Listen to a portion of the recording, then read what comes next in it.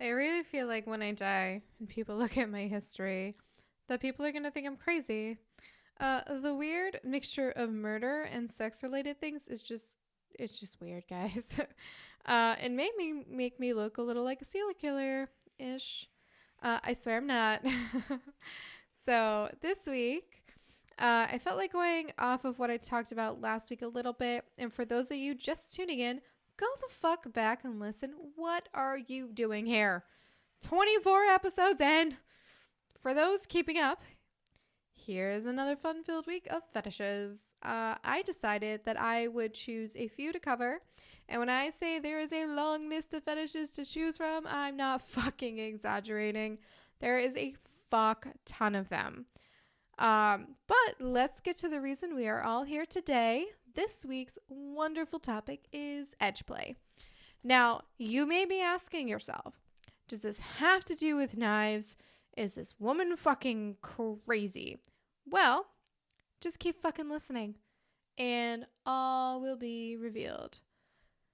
God, that sounds so fucking stupid. And all women are crazy. Let's be honest here. I am not the only one who's insane a little bit. We all are. We're all a little crazy. Now, this is not to be confused with edging, which, for those not familiar, is when you bring someone close to the edge of an orgasm and you stop right before, which I personally find to be really frustrating. In order to give them basically one of the most powerful orgasms of their life right at the end. In theory, this sounds amazing. But for me, I get really frustrated and I'm one of those please give it to me now types of people. If you couldn't already tell. We're 24 episodes in. If you guys don't know anything about me at this point, then I don't even know what we're doing. And apparently I'm not doing my job as a podcaster of letting you into the most intimate details of my sex life, which has made it 24 fucking episodes. I think about that. I literally have 29 episodes planned total. So this is 24. So I've got 5 more after this already thought out. And I'm trying to think of what to do for my 30th one. So if any of you guys have any ideas as to what to do, please tell me. I honestly didn't even think I was going to get it to 10. So this is great. Love it. Now that I've gotten all sidetracked, let's get back to it. Edge play means taking sex to your psychological limits. It's kind of like this intense, erotic trip to the dark side. I wonder if this dark side has cookies. Probably not, though. Anyways, listen, the dark side should have cookies. You should give your partner cookies if they ask for them. Especially if they do this shit for you, please give your goddamn partner a cookie or a glass of wine or something. And I mean, some people are super into it. I'm not. I'm going to probably repeat that a million times. And I'm so fucking sorry for people who are into this. Please do not hate me. Don't send me angry messages. So, everything I've learned has really made it clear that this is not for the faint of heart. I'm going to repeat that again. Do not attempt this if you're faint of heart or you have a hard time with this kind of stuff. There are 3 main elements to this. The first is role play with the implication of psychological or physical violence. The specifics depend entirely on who's playing, since what can be threatening to one person might be boring to another person. But the most common elements include rough play, smacking, punching, which I am seriously not into. You can smack my ass, that's fine. Do not slap me across the face and do not punch me. I'm not a big puncher. Breath play, which is, the last episode that I just did. There's fire play. There's gun play, which to me is straight up fucking terrifying. And there's blood play, which I'm sorry is really gross. It's like the drawing people's blood and then like drinking it, and I can't. I'm sorry, I can't. And there's plenty more. The second part is quite literal. Um, it means actually playing with sharp objects, ones that have an edge, like, I don't know, knives and swords and probably scissors, other cutting implements. So anything that could cut you is used. The third element is more of a figurative and deals with challenging limits. So whatever you and your partner think is edgy. So things that would challenge your own physical and emotional limits. I know a lot of people set hard limits. And I believe, if I'm wrong, please correct me because I could be getting this wrong. This kind of tests that, and this kind of pushes your boundaries past even what you would think your hard limits are. Um, since edge play is supposed to include elements of danger, people call this a consensual non-consent. This means that communication is absolutely critical. I know that I explained in my last episode that you really need a partner to communicate with and know your limits and know, you know, you need to trust them. This is the same thing. You need that communication, and you need it even more in this, especially if you're dealing with fucking sharp goddamn objects that you can get cut with. You really, really need that communication, guys. Like, I cannot stress that enough. Um, for couples who know each other really well, edge play has a lot of benefits. You can explore new parts of yourself and new parts of your partner that you didn't even know that you guys had before. This type of play can increase the trust that you have for each other and share the darkest parts of yourselves. So if you have super dark desires, this is one way that you can kind of act on that dark part of yourself with a very trusting partner. And in this way, you can learn a lot about the person that you're with.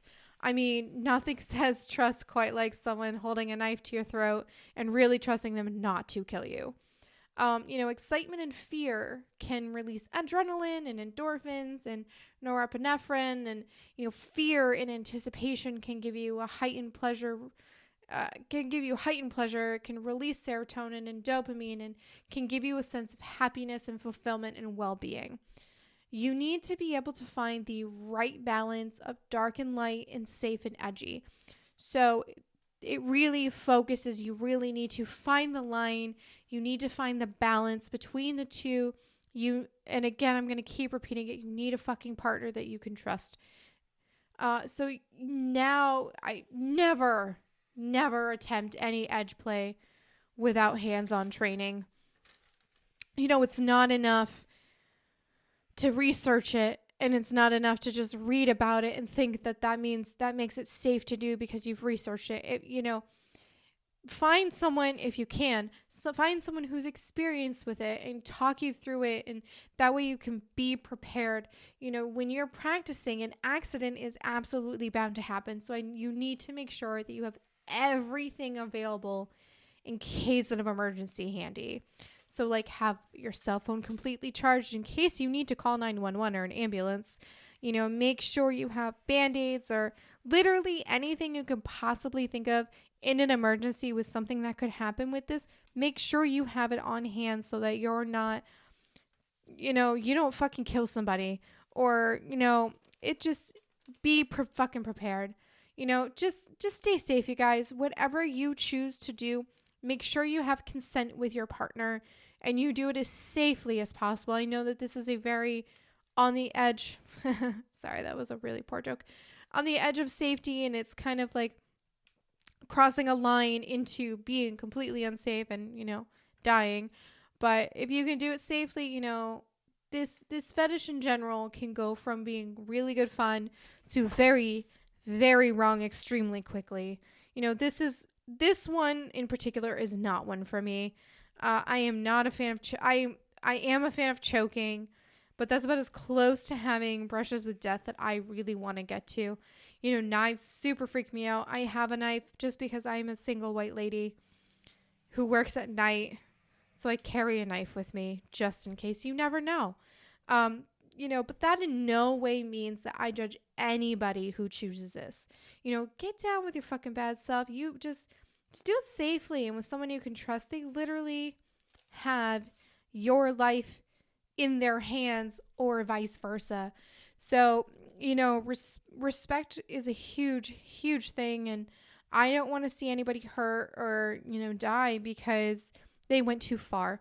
They cut with a knife too deep. They didn't have any way to assist them into making sure that this was fine. So yeah, the last couple have been a little on the side of possible death.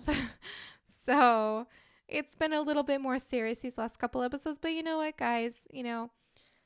As with anything, just do what makes you feel great.